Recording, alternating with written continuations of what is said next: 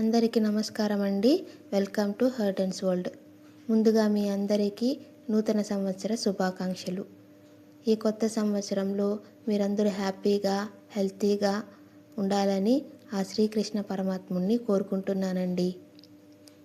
ఈరోజు వీడియో ఏంటంటే భగవద్గీత పారాయణము.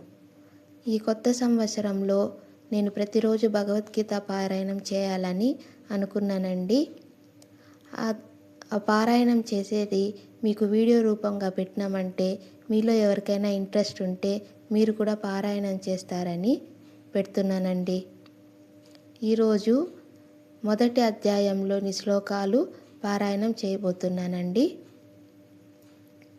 అది ఎలా పారాయణం చేయాలో చూద్దాం పదండి.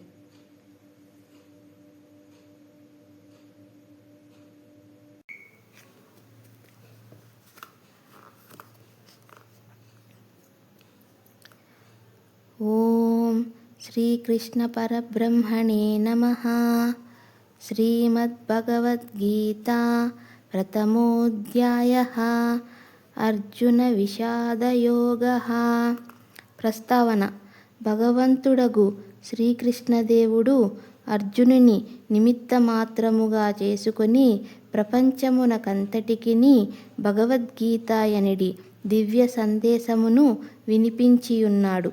ఆ పవిత్ర గ్రంథమునకు ఈ మొదటి అధ్యాయము పీఠిక వంటిది.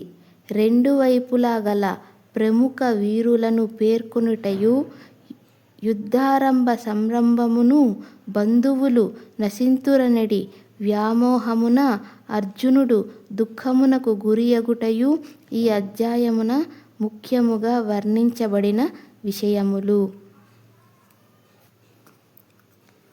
మొదటి శ్లోకం. ధృతరాష్ట్ర ఉవాచ. ధర్మక్షేత్రే కురుక్షేత్రే సమవేతాయుయుస్తవః మామకాః పాండవశ్చైవ కిమకుర్వత సంజయ. ధృతరాష్ట్రుడిట్లనెను. తాత్పర్యము: ఓ సంజయ, యుద్ధము చేయవలనను అభిలాష గలవారైన నా కుమారులును పాండవులును ధర్మభూమియగు కురుక్షేత్రమును చేరి ఏమి చేసిరి? సంజయ ఉవాచ. దృష్ట్వా తు పాండవానీకం వ్యూఢం దుర్యోధనస్తదా ఆచార్యముపసంగమ్య రాజా వచనమబ్రవీత్. సంజయుడిట్లనెను.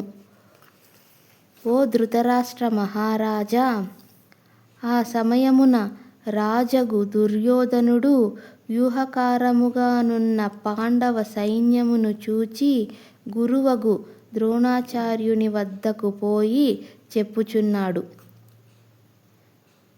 మూడవ శ్లోకం.